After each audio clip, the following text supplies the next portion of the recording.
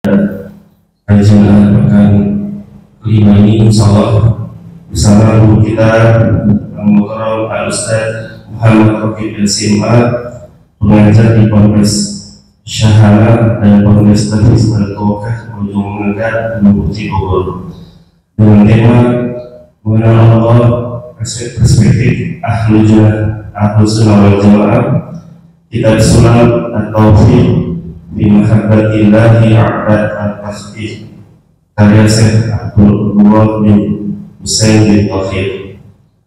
Baiklah jamaah sekalian, marilah kita awali kajian subuh ini dengan sama-sama membaca basmalah. Bismillahirrahmanirrahim. Pada guru kami Assalamualaikum warahmatullahi wabarakatuh.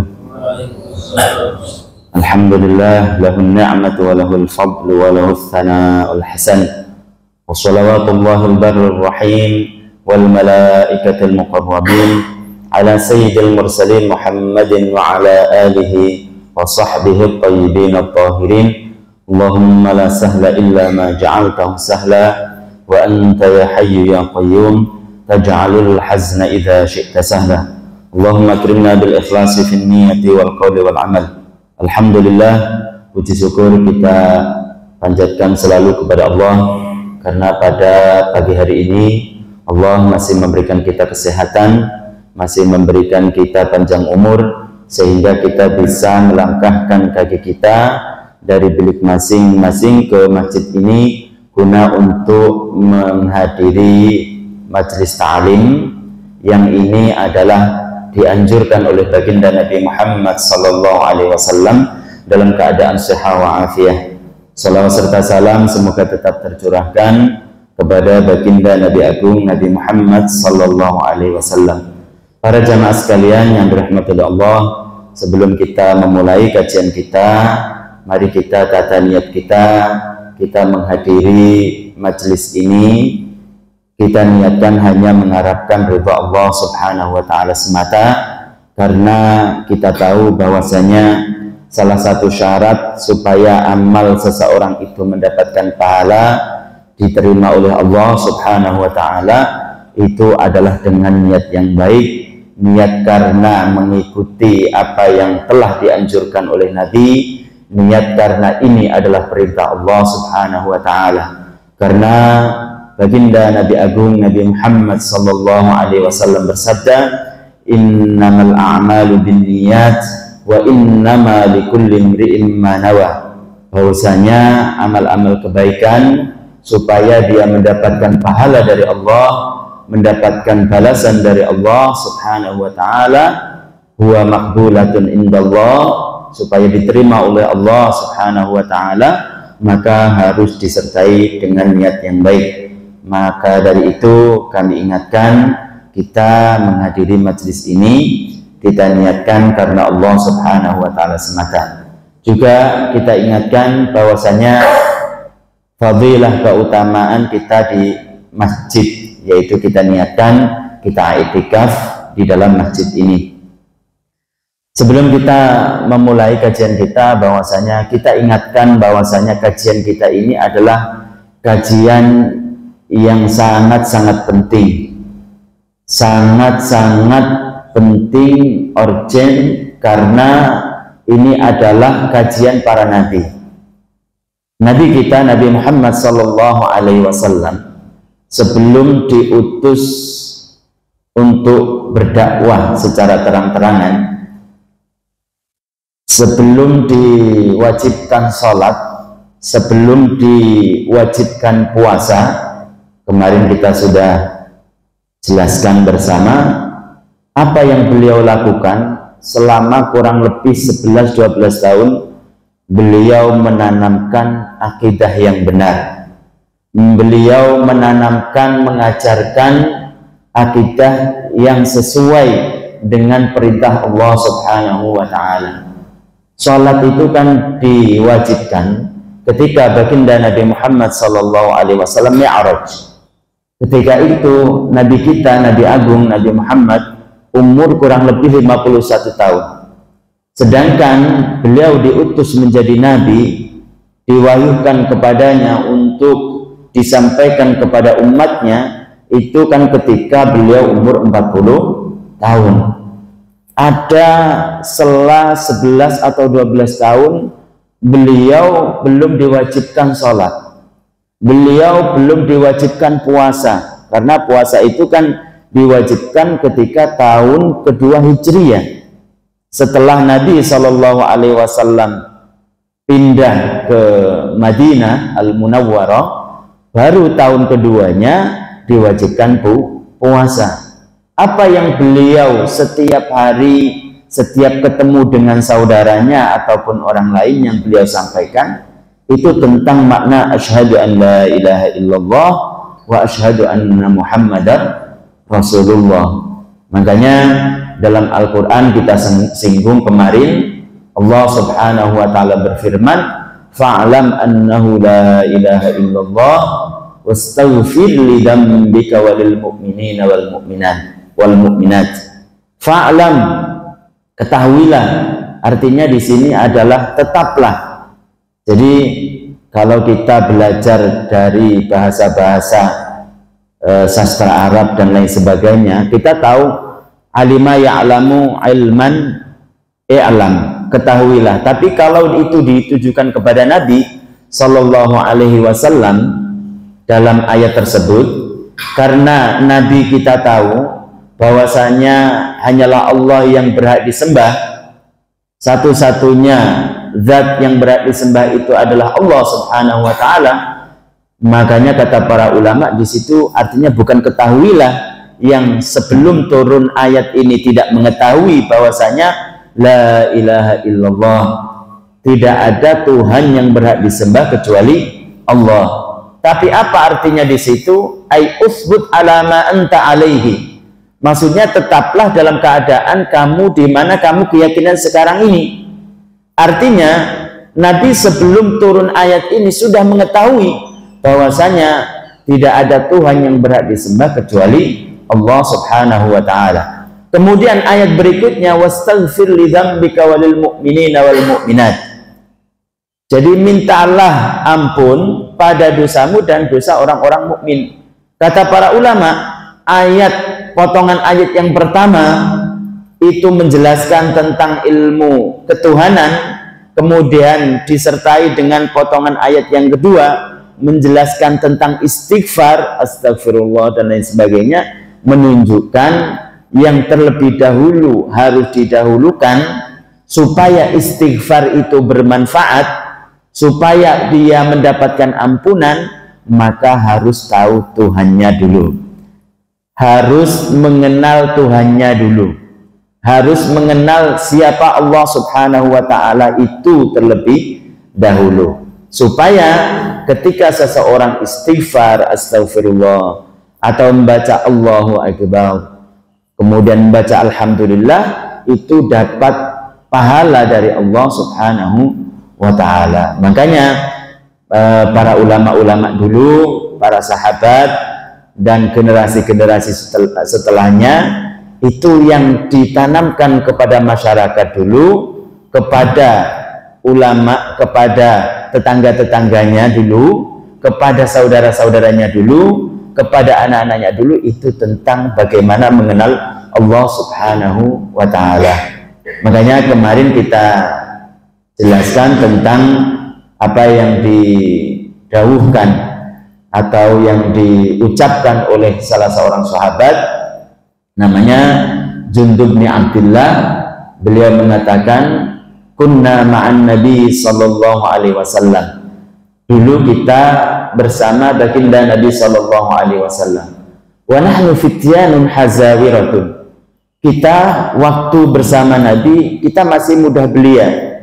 Jadi mendekati balik. Ta'allamnal imana qabla an nata'allamal Qur'an.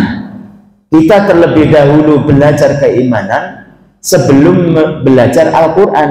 Summa ta'allamnal Qur'ana, baru kemudian kita belajar Al-Quran, fazdadna bihi imana, maka dengan itu kita mendahulukan ilmu keyakinan, ilmu bagaimana mengenal Allah dengan baik, baru setelah itu kita belajar Al-Quran, maka dengan itu tambah keimanan kita.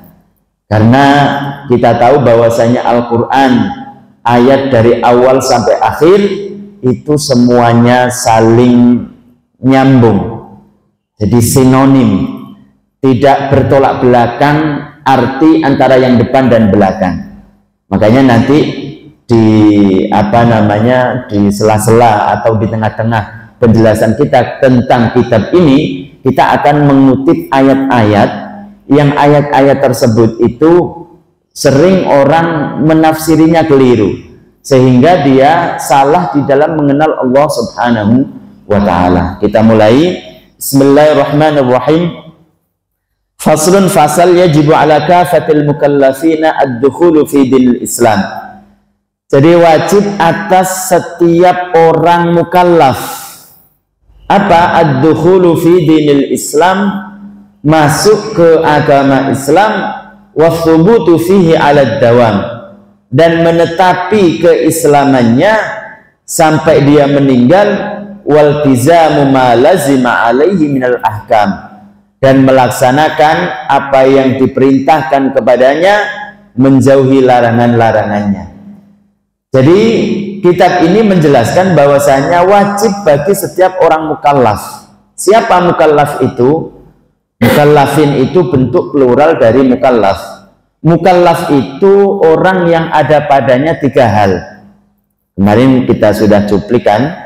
Pertama, orang itu baligh, berakal, dan telah sampai kepadanya dakwah Islam. Jadi mukallaf itu, kalau kita sering mendengar dalam kitab-kitab tertentu ada istilah mukallaf, maka mukallaf itu orang yang ada padanya 3 komponen. Yang pertama adalah orangnya akal, berakal, baligh, dan telah sampai kepadanya dakwah Islam. Berakal terkecuali itu adalah orang gila. Kalau orang gila, dia itu gila dari semenjak lahir, atau dia itu gila sebelum baligh, nyambung gilanya sampai dia itu meninggal, maka laisa alaihi mas'uliyatun fil akhirah, maka tidak ada tanggung jawab di akhirat nanti. Artinya dia menjadi orang yang selamat, menjadi penduduk surga. Kita tahu ya, kalau di pinggir jalan, semoga kita dijauhkan dari hal-hal yang seperti itu, ada orang gila buka baju telanjang, orang nggak punya pikiran. Maka kalau gilanya itu nyambung, apapun yang ia lakukan itu tidak akan ditulis oleh para malaikat. Dari kejelekan-kejelekan tidak akan ditulis oleh para malaikat. Makanya Nabi SAW itu bersabda, rufi'al qalamu an thalathin. Jadi catatan malaikat itu tidak akan berlaku kepada 3 orang. Rufi'al qalamu an thalathin. Jadi catatan malaikat itu tidak akan berlaku pada 3 kelompok. Pertama, anis sabi hatta yahtalim. Anak kecil sampai dia itu mimpi basah, sampai keluar mani.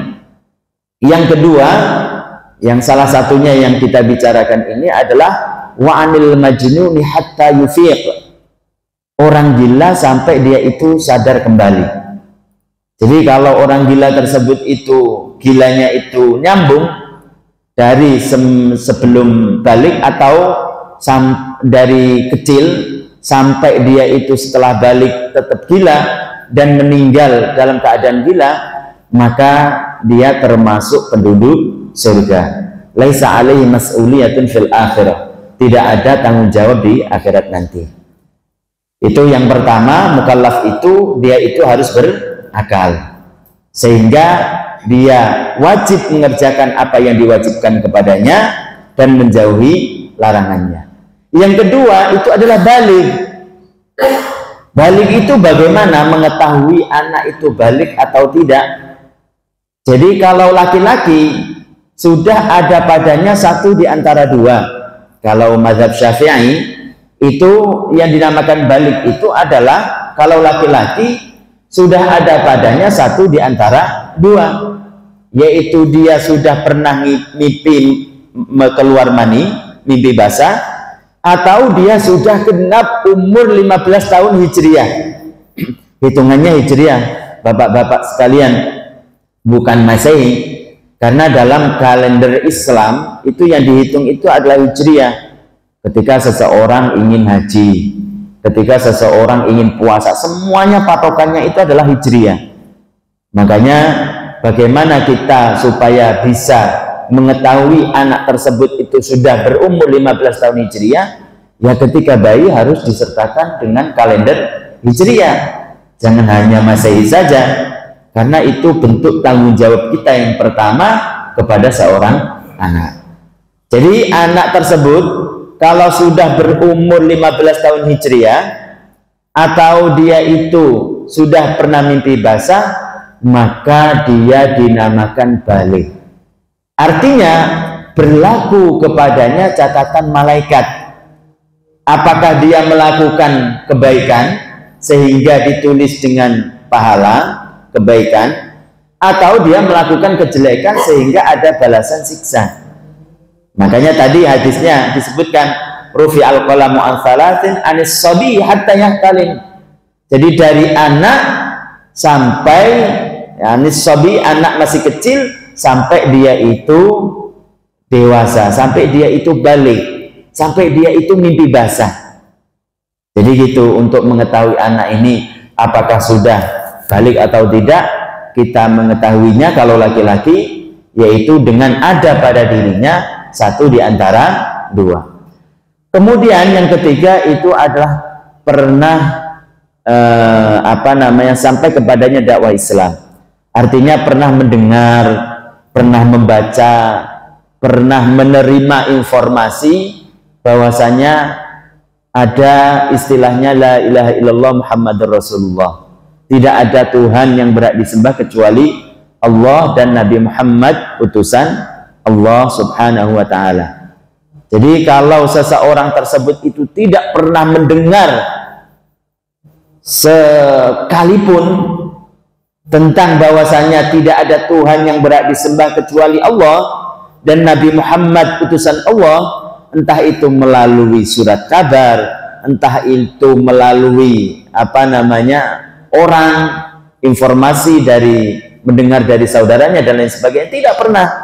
Seperti orang-orang yang sangat-sangat di pedalaman, mungkin nggak tahu sekarang itu ada apa enggak orang yang tidak pernah mendengar sama sekali tentang la ilaha illallah Muhammadur Rasulullah. Kalau tidak mendengar sama sekali hal itu, maka laisa alaihi mas'uliyatun fil akhirah. Maka di akhirat nanti tidak ada tanggung jawab bagi dia. Artinya dia termasuk orang yang selamat di akhirat nanti. Jadi kalau anak tadi yang belum balik dia meninggal, anak yang belum balik dia meninggal, maka dia termasuk selamat. Jadi karena apa? Karena belum mukallaf. Karena belum mukallaf, sehingga dia dinamakan mukallaf, maka harus ada 3 komponen ini. Pertama itu berakal, yang kedua itu adalah orangnya balik, yang ketiga telah sampai kepadanya dakwah Islam. Nah sekarang di sini kita termasuk enggak? Termasuk. Kita berakal, kemudian kita sudah balik, kemudian kita sering mendengar la ilaha illallah Muhammadur Rasulullah. Maka kalau dia itu sudah ada 3 ini, wajib bagi dia untuk apa? Untuk masuk Islam. Kalau belum Islam. Makanya kata para ulama, jika ada seseorang ketika di dunia sudah ada 3 ini kok tidak masuk Islam, maka di akhirat nanti dia akan disiksa karena ketidakislamannya, dan dia akan disiksa karena meninggalkan hal-hal yang seandainya dia muslim itu wajib mengerjakannya. Contohnya kalau seandainya muslim dia itu adalah orang yang kaya, maka kan wajib haji, ataupun wajib zakat.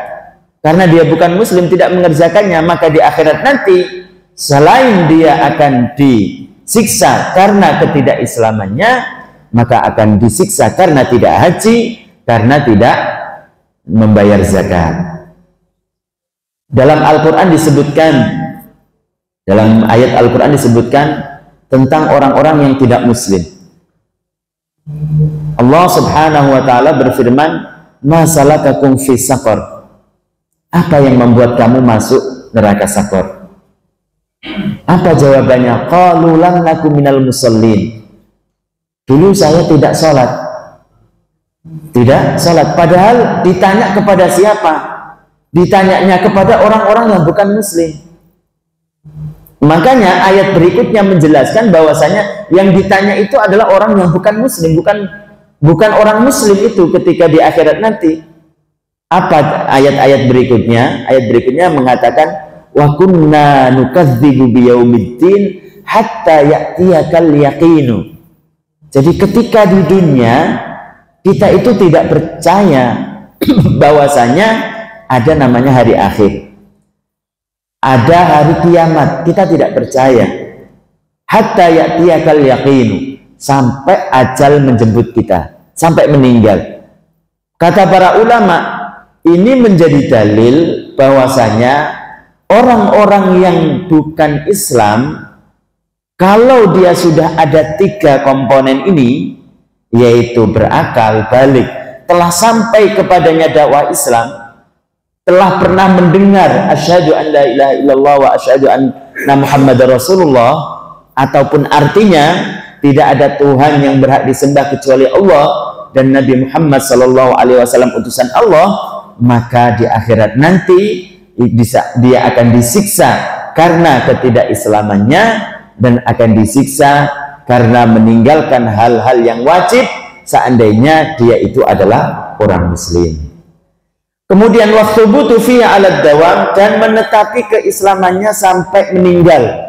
Kita disuruh ketika orang sudah muslim itu harus mencegah diri, mengantisipasi dari hal-hal yang menyebabkan orang tersebut itu tidak muslim sampai meninggal.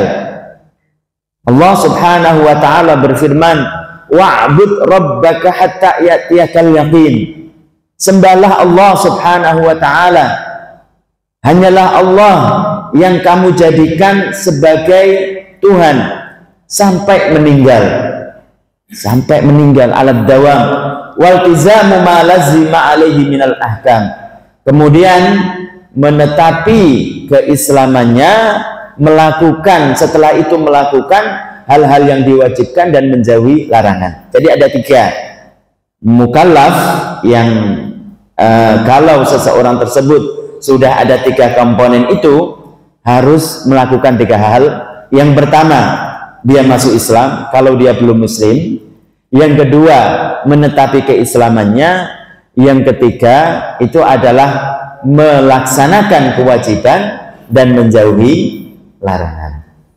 Sekarang kita akan lanjutkan, famimma yajibu ilmuhu wa i'tiqaduhu mutlaqan wan nutqu bihi fil hal, dan termasuk perkara yang diwajibkan untuk diketahui dan diyakininya secara mutlak, artinya dalam keadaan apapun, wan nutqu bihi fil hali, dan mengucapkannya seketika in kana kafiron, jika dia itu bukan muslim, wa illa fa fis sholati syahadatan, maka kalau dia muslim maka diwajibkan baginya 2 kalimat syahadat, asyhadu an la ilaha illallah wa asyhadu anna Muhammadar Rasulullah. Termasuk yang wajib dilakukannya oleh mukallaf tersebut, kemudian mengucapkannya dan meyakininya. Mengucapkannya yaitu 2 kalimat syahadat. Tujuannya apa? Tujuannya untuk dia masuk Islam kalau dia belum Islam. Jadi mengucapkan 2 kalimat syahadat itu wajib. Wajib bagi siapa? Wajib bagi mukallaf yang muslim dan wajib bagi mukallaf yang tidak muslim. Pengucapan 2 kalimat syahadat bagi mukallaf yang bukan muslim itu tujuannya adalah untuk masuk Islam. Mengucapkan 2 kalimat syahadat dan meyakininya dalam hati itu diwajibkan juga kepada mukallaf yang muslim tapi tujuannya supaya sah sholatnya menurut Imam Syafi'i. Jadi kita kan kalau sholat itu ada namanya at-tahiyyatul akhirah, tahiyat yang terakhir. Tahiyat yang terakhir itu rukun, ya kan? Kalau mazhab Syafi'i, maka di situ kan ada at-tahiyyatul mubarakatus shalawatut thayyibatu lillah. Assalamu alayka ayuhan nabi wa rahmatullahi wa barakatuh. Assalamu alayna wa ala ibadillahis shalihin. Ada asyhadu an la ilaha illallah wa asyhadu anna muhammadar rasulullah. Itu menjadi rukun, itu menjadi pilar bagi sholat tersebut. Kalau tidak dilakukan, menurut mazhab Syafi'i tidak sah. Karena ada mazhab lain yang mengatakan orang tidak menyebutkan tahiyat, tidak mengucapkan asyhadu an la ilaha illallah wa asyhadu anna muhammadar rasulullah, hanya sekedar duduk dengan ukuran membaca itu, tapi tanpa membaca, itu sah. Mazhab Maliki itu mengatakan sah. Tapi menurut beliau juga wajib bagi seseorang itu tetap mengucapkan 2 kalimat syahadat meskipun dia sudah mukallaf muslim, minimal seumur hidup itu 1 kali. Kenapa? Karena setiap sholat tidak diwajibkan baginya untuk membaca tahiyat, tapi tetap diwajibkan bagi dia untuk mengucapkan 2 kalimat syahadat dan meyakininya minimal seumur hidup itu sekali gitu. Jadi itu yang harus kita ketahui. Kemudian yang berikutnya adalah wa asyhadu an la ilaha illallah wa asyhadu anna muhammadar rasulullah. Sekarang kita akan menjelaskan makna asyhadu an la ilaha illallah. Wa makna asyhadu an la ilaha illallah a'lamu wa a'taqidu wa a'tarifu an la ma'budu bihaqqin illallah. Asyhadu, arti dari asyhadu an la ilaha illallah, pertama a'lamu, saya mengetahui. Wa a'taqidu, saya meyakini. Meyakini berarti dalam hati. Wa a'tarifu, dan saya mengakui, berarti dalam lisan, alla ma'budu bihaqqin illallah. Tidak ada Tuhan yang berhak disembah kecuali Allah Subhanahu wa ta'ala. Ini arti asyhadu an la ilaha illallah secara global, secara ijmal, mengakui dalam hati, mengakui dalam lisan, kemudian dibenarkan dalam hati bahwasanya la ilaha illallah. Tidak ada Tuhan yang berhak disembah kecuali Allah Subhanahu wa ta'ala. Artinya la ilaha illallah itu apa? Dalam bahasa Arab, ay la yastahiqu ahadun an yu'bada illallah. Tidak ada seorang pun yang berhak disembah kecuali Allah. Ay la yatadhallalu tadhallulan nihayatat tadhallul illallah. Tidak ada yang berhak untuk di puncak kerendahan diri kecuali Allah Subhanahu wa ta'ala. Apa itu puncak kerendahan diri? Kita meyakini seyakin-yakinnya hanyalah Allah yang menciptakan dari tidak ada menjadi ada. Tidak ada yang lain. Kita meyakini seyakin-yakinnya hanyalah Allah yang tidak serupa dengan makhluknya. Kita meyakini seyakin-yakinnya bahwasanya Allah Subhanahu wa ta'ala maha kuasa. Bahwasanya Allah Subhanahu wa ta'ala maha mengetahui segala sesuatu. Itu kita meyakini bahwasanya hanyalah Allah yang menciptakan manfaat dan hanyalah Allah Subhanahu wa ta'ala yang menciptakan bahaya. Artinya kalau arti ibadah itu seperti itu, la ilaha illallah, kata para ulama, laisa mujarradal ta'ati wal ibadah.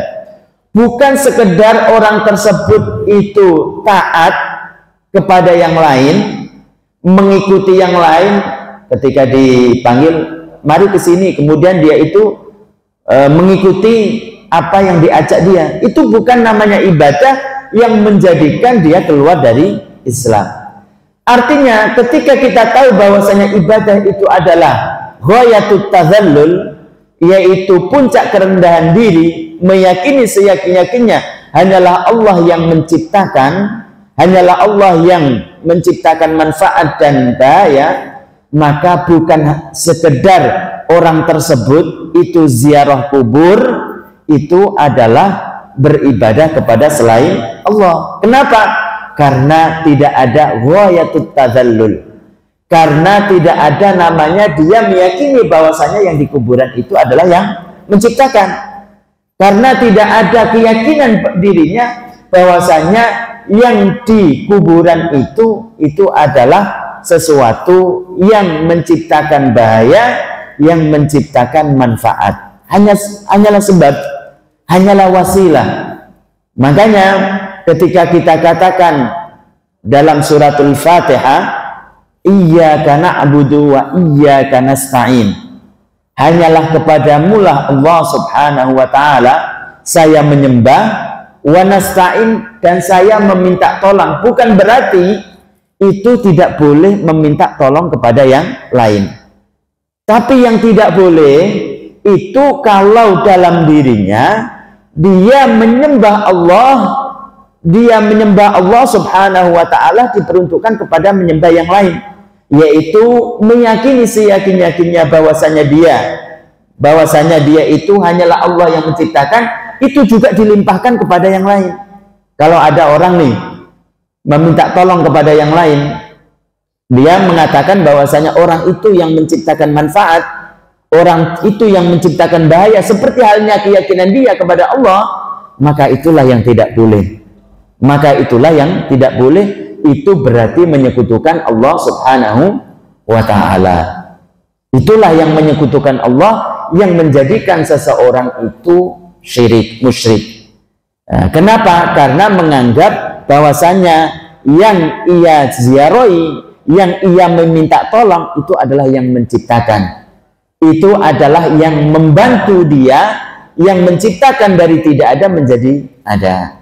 Makanya kata para ulama, itu selaras dengan sabda Nabi Shallallahu Alaihi Wasallam, karena kita tahu tadi antara ayat dengan ayat yang lain itu saling mendukung, bukan bertentangan. Karena sabda Nabi Shallallahu Alaihi Wasallam bersabda, zuru al-kubura fa innaha tudzakirukum bil akhirah. Jadi ziarahlah kuburan, kunjungilah kuburan. Kenapa? Karena dengan kamu itu berziarah ke kuburan, fa innaha tudzakirukum bil akhirah, itu mengingatkan kalian tentang hari akhir. Oh iya ya, dia sudah meninggal baru kemarin, dia itu bersama saya. Oh berarti kapan-kapan itu adalah giliran saya. Menjadi apa orang kalau sudah ziarah itu? Menjadi dia ingat bahwasanya hidup ini adalah sementara. Sehingga apa? Sehingga dia semangat di dalam beribadah. Makanya ketika seseorang tersebut tahu bahwasanya ibadah yang sesungguhnya, yang itu hanya diperuntukkan kepada Allah, itu artinya adalah ghayatut tadzallul wal khusyuk, yaitu hanyalah kepada Allah dia menyembah. Artinya bahwasanya keyakinan dia yang menciptakan segala sesuatu itu hanyalah Allah subhanahu wa ta'ala. Yang menciptakan manfaat dan bahaya itu hanyalah Allah subhanahu wa ta'ala. Itulah arti dari ayat iyyaka na'budu wa iyyaka nasta'in. Artinya itu adalah ibadah yang khassah, yang khusus kepada Allah. Artinya ibadah yang meyakini bahwasanya Allah subhanahu wa ta'ala satu-satunya zat yang menciptakan, yang kalau diperuntukkan kepada yang lain keyakinan ini, maka itu akan menjadikan seseorang itu menyekutukan Allah subhanahu wa ta'ala. Para jamaah sekalian yang dirahmati oleh Allah subhanahu wa ta'ala, sampai jam berapa ini? Udah sampai di sini? Hah? 6:30 ya. Jadi gitu. Karena di sini saya ada acara nikahin ini. Ya, ditambah nggak apa-apa. Jadi gitu ya. Jadi kenapa alasannya seseorang itu melarang ziarah kubur? Karena dia tidak tahu ibadah, arti ibadah yang sesungguhnya. Karena dia berdalihkan dengan ayat Al-Quran, iyyaka na'budu wa iyyaka nasta'in. Hanyalah kepadamulah Allah menyembah, dan hanya kepadamulah Allah subhanahu wa ta'ala saya meminta tolong. Sehingga kalau seseorang itu meminta tolong kepada orang lain, nggak boleh. Itu menyalahi ayat Al-Quran. Padahal dia hanya meminta tolong sebagai wasilah, sebagai perantaraan, bukan meyakini bahwasanya dia yang diminta tolong itu adalah menciptakan manfaat. Bukan ia meyakini bahwasanya yang diminta tolong itu adalah seperti halnya Allah subhanahu wa ta'ala yang menciptakan bahaya, yang mengetahui segala sesuatu. Enggak. Karena berdasarkan hadis-hadis lain. Jadi hadis kemudian ayat itu sinonim. Jadi ada kesinambungan. Bukan menjadikan satu ayat dengan ayat yang lain itu saling bertentangan. Jadi para jamaah sekalian yang dirahmati oleh Allah subhanahu wa ta'ala, seperti itu. Arti la ma'budu bihaqqin illallah ay la tadhallula lahu nihayatut tadhallul illallah. Jadi tidak ada puncak kerendahan diri yang itu hanya diperuntukkan kepada Allah. Artinya kita meyakini seyakin-yakinnya hanyalah Allah yang menciptakan. Kita meyakini seyakin-yakinnya hanyalah Allah yang menciptakan manfaat, bahaya, yang mengetahui segala sesuatu, yang maha kuasa dan lain sebagainya. Kemudian yang berikutnya itu adalah Al-Wahid. Nah, ini arti daripada asyhadu an la ilaha illallah. Al-Wahid, artinya Al-Wahid itu apa? Al-Wahid itu artinya satu, artinya esa. Tapi kata para ulama, kalau itu ditujukan kepada Allah subhanahu wa ta'ala, artinya alladzi la syarikalah, tidak ada sekutu baginya. Al-Wahid itu satu bukan dari segi bilangan. Karena kalau bilangan satu, yang kebalikannya 2, 3, dan 4, itu kan bisa dibagi. Dibagi menjadi setengah, dibagi menjadi 1/4, 1/8, bisa. Tapi ketika dikatakan Allah Ta'ala Esa, ketika dikatakan Allah Subhanahu wa Ta'ala itu satu, artinya alladzi la syarikalah, tidak ada sekutu baginya. Allah subhanahu wa ta'ala punya sifat-sifat, maka sifat ini hanya khusus kepada Allah, tidak boleh disifatkan kepada yang lain. Jadi Allah subhanahu wa ta'ala mempunyai nama-nama, sifat-sifat yang itu tidak boleh diperuntukkan kepada makhluknya. Makanya Al-Imam Abu Hanifah, beliau mengatakan fa'lam annallaha wahidun la min tariqil adadi bal min tariqi annahu la syarikalah. Ketahuilah bahwasanya Allah subhanahu wa ta'ala esa, satu, bukan dari sudut bilangan, tapi artinya adalah tidak ada sekutu baginya. Jadi supaya tahu ini bahwasanya satu itu kalau ditujukan kepada Allah itu bukan bilangan kebalikan 2, 3. Tapi apa artinya? Tidak ada sekutu baginya. Tidak ada sekutu baginya. Alladzi la syarikalah. Kemudian Al-Ahad. Qul huwallahu ahad. Allahus samad. Al-Ahad itu artinya apa? Kata para ulama, alladzi la yaqbalu linkisama wat tajazzu. Alladzi la yaqbalu alinkisama wat tajazzu. Tidak menerima bagian. Tidak menerima bagian. Tidak menerima dibagi-bagi. Apa artinya itu, Ustaz? Artinya Allah subhanahu wa ta'ala ketika dikatakan Allah subhanahu wa ta'ala maha suci dari menyerupai makhluknya, maka tidak bisa dikatakan Allah subhanahu wa ta'ala itu seperti halnya menyifati orang. Apa itu duduk? Apa itu bersemayam? Nah, Allah dikatakan bersemayam. Bersemayam itu kan di atas sesuatu yang tidak bersentuhan. Maka tidak boleh mengatakan meyakini Allah subhanahu wa ta'ala itu duduk ataupun bersemayam. Kenapa? Karena itu tidak sesuai dengan sifat Allah. Karena Al-Ahad itu artinya adalah tidak menerima bagian. Kalau dikatakan Allah Ta'ala itu duduk, Dikatakan Allah Ta'ala itu duduk di atas arsy umpamanya. Ada yang mengatakan begitu. Dikatakan Allah Subhanahu wa Ta'ala duduk tapi tidak bersentuh dengan arsy, maka itu tidak akan tidak akan terelakkan dari 3 hal. Pertama, ada kalanya Allah Subhanahu wa Ta'ala itu sama dengan yang diduduki ukurannya. Ada kalanya lebih besar, ada kalanya lebih kecil. Saya ini duduk di atas kursi, ya kan? Saya itu ada kemungkinan saya itu lebih kecil dari kursinya, atau seukuran, atau lebih besar. Lah, ketika dikatakan berukuran, kemudian berukuran kecil, kemudian besar, atau sama dengan yang diduduki, itu berarti apa? Menjadikan Allah Ta'ala itu bisa dibagi, menjadikan Allah Subhanahu wa Ta'ala itu berukuran. Makanya kata para ulama, Allah Subhanahu wa Ta'ala maha suci dari bertempat. Kenapa? Karena tempat itu adalah ciptaan Allah. Ini kita pakai logika nih, jadi pakai logika yang sehat. Tempat itu ataupun arsy ataupun kursi Allah Subhanahu wa Ta'ala itu kan makhluk, iya enggak? Makhluk. Berarti apa? Kalau makhluk itu kan diciptakan, iya enggak? Kalau diciptakan itu sebelumnya ada apa tidak ada? Berarti kan tidak ada, iya kan?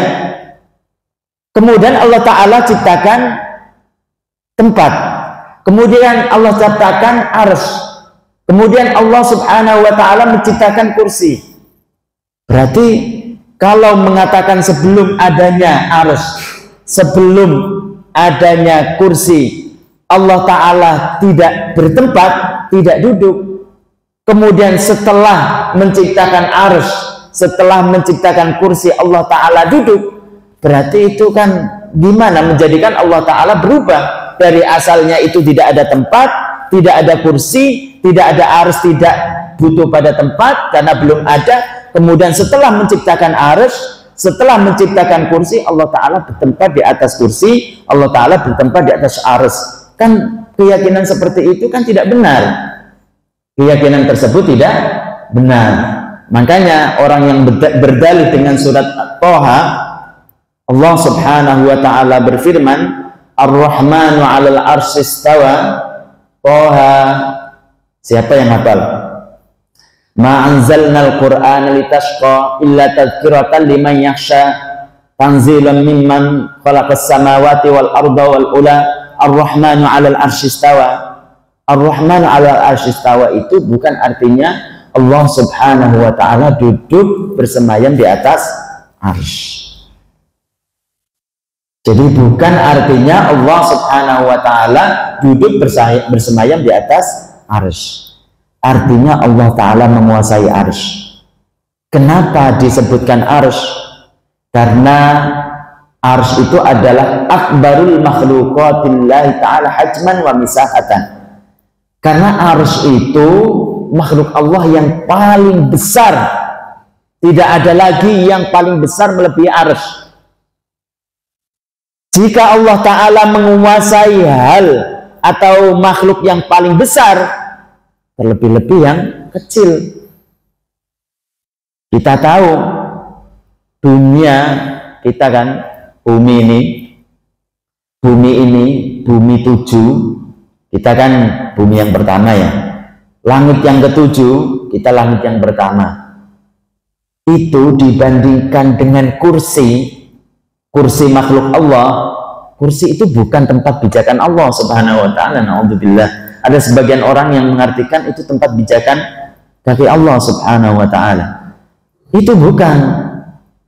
Kursi makhluk Allah Subhanahu wa Ta'ala kemudian dibandingkan dengan 7 langit 7 bumi, kata hadisnya baginda Nabi sallallahu alaihi wasallam, mas-samawatus sab'u fi jambil kursi illa kahalqatin mulqatin bi ardin falatin.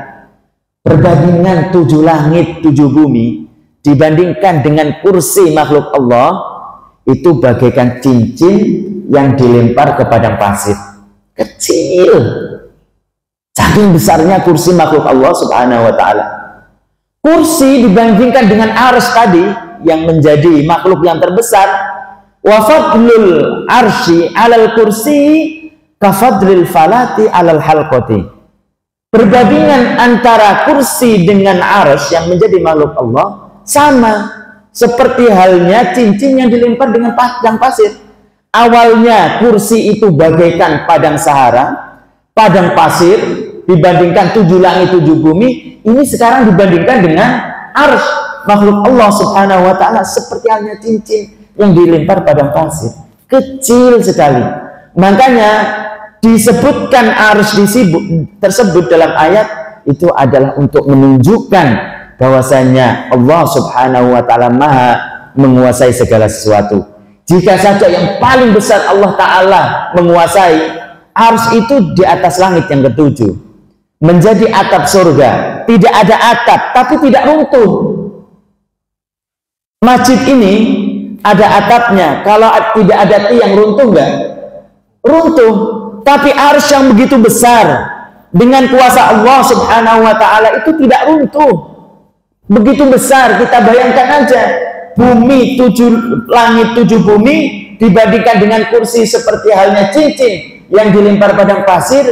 Kemudian kursi yang tadinya seperti padang pasir dibandingkan dengan arsy itu seperti halnya cincin. Meskipun seperti itu tidak runtuh menimpa kita. Itu kuasa Allah Subhanahu wa ta'ala. Makanya Sayyidina Ali radhiyallahu ta'ala anhu mengatakan, innallaha khalaqal arsya izharan liqudratihi walam yattakhidhu makanan lidzatihi.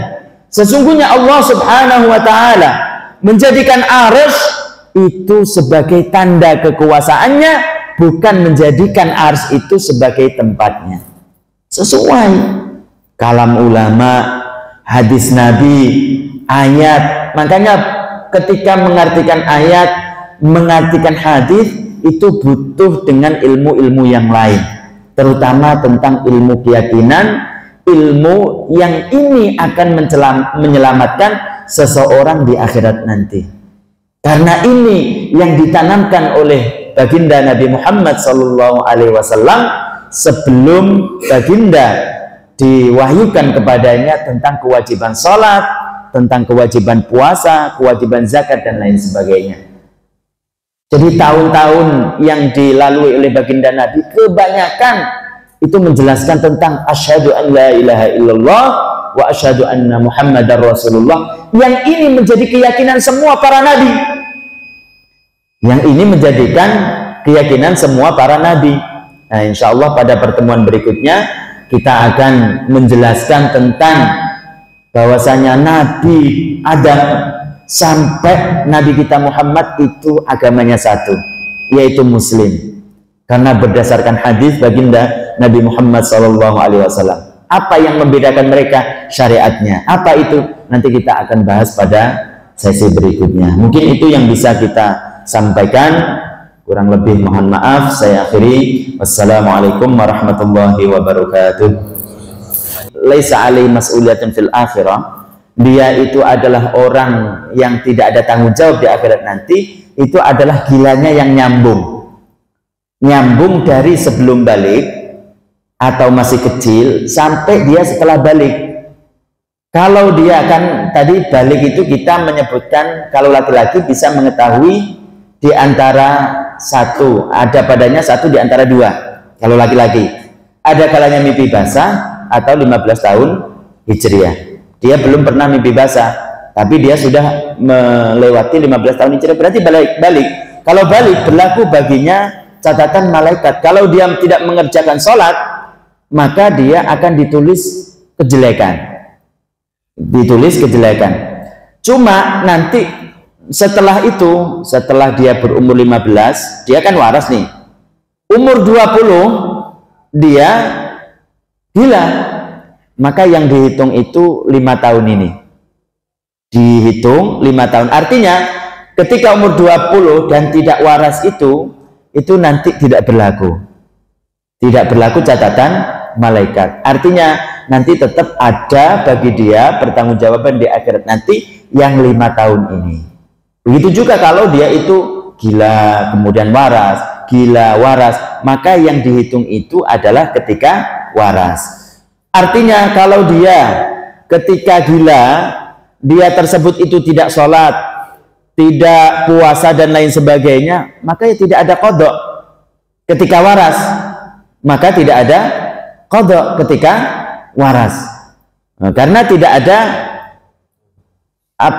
catatan malaikat Allah Subhanahu wa ta'ala. Paham ya? Bisa difaham nggak? Sesuai dengan pertanyaan nggak? Ya, berarti nggak ada beban ya? Iya, kalau ketika dia gila. Ketika gila. Tapi kalau waras, maka itu wajib bagi dia untuk mengerjakan kewajiban dan menjauhi larangan. Yang dihitung malaikat ini. Dan kita yang tahu itu dia. Kita hanya memantau dari luar. Kadang seseorang itu kelihatannya sehat, tapi dia nggak ada pikirannya kemana-mana. Artinya hilang pikirannya. Pikiran sehat itu sudah nggak ada. Maka itu tidak berlaku catatan malaikat Allah Subhanahu wa ta'ala. Paham ya? Jadi ketika dia itu gila, maka tidak berlaku catatan malaikat. Tapi ketika waras karena sudah balik, maka itu akan ada catatan malaikat Allah Subhanahu wa ta'ala. Apakah itu melakukan kebaikan, maka dicatat kebaikan. Apakah itu melakukan kejelekan, maka dicatat kejelekan. Iya. Satu lagi. Iya. Satu lagi bagaimana Pak Dio ini pamungkas.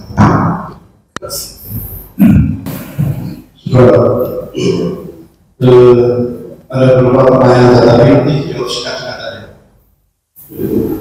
Yang pertama, Nufi al-Quran al-Salasih tadi, as-Sobi kata yang lain ya, kemudian al-Majnun Hatta yufiq, kemudian apa anin naimi hatta yastaiqiz. Anin naim, orang tidur sampai dia itu bangun. Kemudian tadi sudah disebutkan bahwa kalau syariat dakwah Islam atau syariat Islam itu belum sampai kepada suatu komunitas, maka dia juga termasuk orang yang tidak terbebani. Iya. Nah, kalau seperti suku-suku terdahulu, suku-suku asing gitu kan, yang informasi Islam tidak sampai ke mereka, di suku Maya mungkin orang-orang Eskimo yang dia tidak mengenal Islam, tidak mengenal syariatnya di bawah Nabi, itu berarti kan mereka terbebas ya. Ya. Kemudian yang ketiga kita suku-suku sebelum baginda Nabi. Sebelum baginda Nabi atau setelah baginda Nabi yang tidak sampai Islam ke mereka, karena mungkin informasi nggak ada. Kalau ini yang saya bicarakan itu setelah Nabi ya, setelah Nabi diutus. Ya, setelah suku ada itu suku Maya yang ada. Iya. Amerika Tengah itu.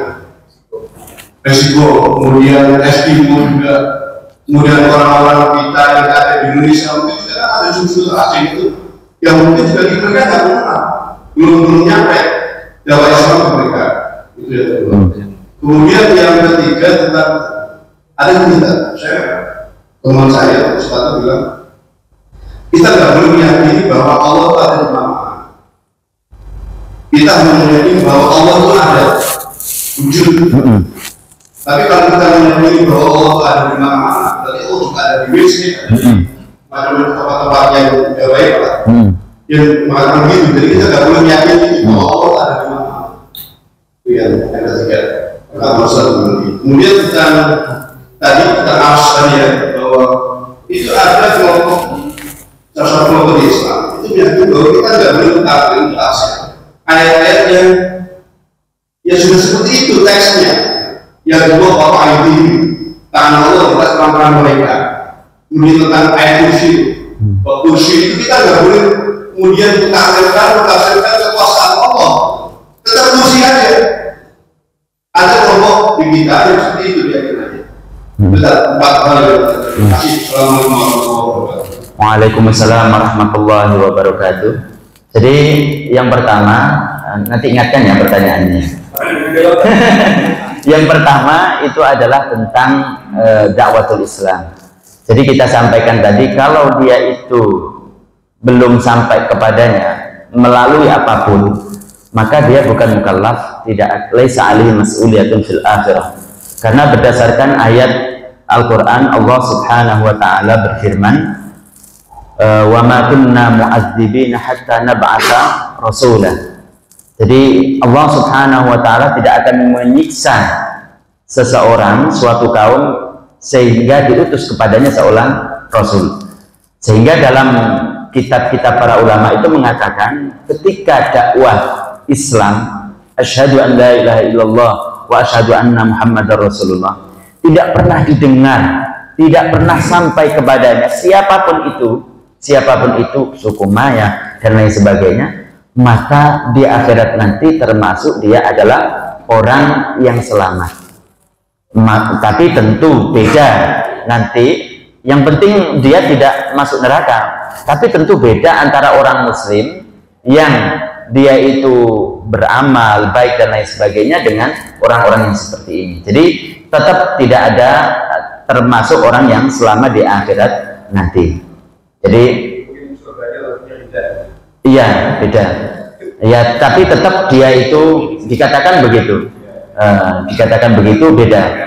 Tapi tetap dia itu tidak apa? Tidak disiksa oleh Allah Subhanahu wa taala. Kemudian yang kedua, yang ingat-ingat aja dulu ya. Yang kedua tentang masalah ini yang terakhir tadi, bahwasanya bagaimana kita mentakwil ayat tersebut, kan disuruh membiarkan gitu kan, kursi ya kursi. Lah kursi itu kan pemahaman dia.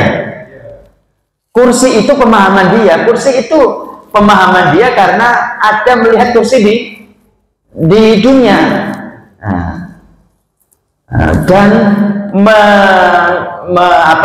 menjelaskan atau mentafsiri, mengartikan itu juga menurut dia, bukan menurut kitab klasik, kitab para ulama yang muqtadah, yang kompeten di dalam bidangnya itu. Kemudian yang kedua, kalau dikatakan kita tidak boleh mentakwil ayat, ulama-ulama dulu banyak yang mentakwil. Al-Imam Ahmad bin Hanbal, Imam Al-Bukhari itu mentakwil yadullahi fawqa aydihim, wa inna banainaha bi aidi wa inna lamusi'un, bi aidin banainaha bi aidin wa inna lamusi'un. Bi aidin itu kan jamak daripada yad, ya kan, menjadi aidin. Lah kalau diartikan tangan seperti kita, itu gimana dengan yadullahi fawqa aydihim? Berarti satu tangan, yang ini aidin. Berapa? Beberapa tangan. Ini yad. Lah berarti kan nggak bisa diartikan, nggak menerima akal secara sehat, dan itu pun tidak dilakukan oleh para ulama, bukan itu yang dimaksud. Jadi tetap para ulama itu mentakwil, dan kalau menurut mereka suruh membiarkan, mereka sendiri juga mentakwil menurut kemauan mereka, menurut kepahaman mereka sendiri. Jadi begitu, itu secara singkat bahwasanya kursi ketika dikatakan tidak boleh ditakwil, kursi itu pemahaman mereka, padahal kursi itu kan bukan seperti itu yang dipaham mereka, bukan yang seperti di dunia ini. Itu seperti itu. Kemudian yang pertanyaan kedua apa tadi? Iya, benar. Seperti itu. Jadi kita tidak boleh meyakini Allah Subhanahu wa taala di mana-mana. Tidak boleh meyakini Allah ada pada satu tempat, dari beberapa tempat, atau di beberapa tempat. Karena orang itu apa? Kadang mengartikan ini, ayat ini, wa huwa ma'akum aina ma kuntum. Wa huwa Allah ma'akum, beserta kalian semua, aina ma kuntum, dimanapun kamu berada. Di mana kamu berada, di situ ada Allah Subhanahu wa taala. Jadi katanya Allah Ta'ala di mana-mana. Padahal artinya bukan begitu. Al-ulama mengatakan Itu artinya al-ihatatu bil ilm. Artinya itu adalah dimanapun kamu berada, Allah Ta'ala tahu. La yakhfa alaihi syai'. Tidak ada sesuatu pun yang tersembunyi dari Allah Subhanahu wa Ta'ala. Itu artinya bukan Allah Subhanahu wa Ta'ala dengan zatnya itu. Dimanapun kita berada, kemudian di situ ada Allah Subhanahu wa Ta'ala, bukan begitu. Nah, kemudian yang keempat, oh iya, sampai di sini ya. Sampai di sini semoga kita mendapatkan kekuatan oleh Allah Subhanahu wa Ta'ala untuk mengenal yang benar. Dengan ini kita ada filter. Oh, ini keyakinan yang nggak bisa diterima ini karena tidak sesuai dengan Al-Quran dan hadis. Mereka pun juga berdalilkan dengan ayat dan hadis, cuma sesuai dengan pemahaman mereka sendiri, tidak sesuai dengan pemahaman para ulama-ulama dulu. Semoga dengan pengajian ini kita semuanya bisa tercerahkan menjadi seseorang yang memang benar ya apa yang dikatakan oleh para ulama-ulama dulu, bahwasanya kita memang harus mensucikan Allah Subhanahu wa Ta'ala dari menyerupai makhluknya. Semoga kita termasuk orang-orang yang selalu istiqomah di dalam mengikuti pengajian ini. Saya akhiri, wassalamualaikum warahmatullahi wabarakatuh. Rabbil alamin hamdan yu'afi ni'amahu wa yukafi mazida ya rabbana lakal hamdu kama yanbaghi li jalli 'azimi sultanik. Allahumma ighfir lana dhunubana wa liwalidina. Allahumma tawaffana muslimin. Allahumma taqabbal minna durusana wa ta'atina ya rabbal alamin. Allahumma arzuqna ru'yatan nabi sallallahu alaihi wasallam fi hadhihi al-laila wa fi kulli layali ala suratihi al-aslih. Rabbana zalamna anfusana wa illam taghfir lana wa tarhamna lanakunanna minal khasirin. Rabbana atina fid dunya hasanah wa fil akhirati hasanah wa qina adzaban nar. Wa sallallahu ala sayyidina Muhammadin wa ala alihi wasallam. Subhana rabbika rabbil izzati amma yasifun wa salamun alal mursalin walhamdulillahi rabbil alamin. Barakallahu fikum.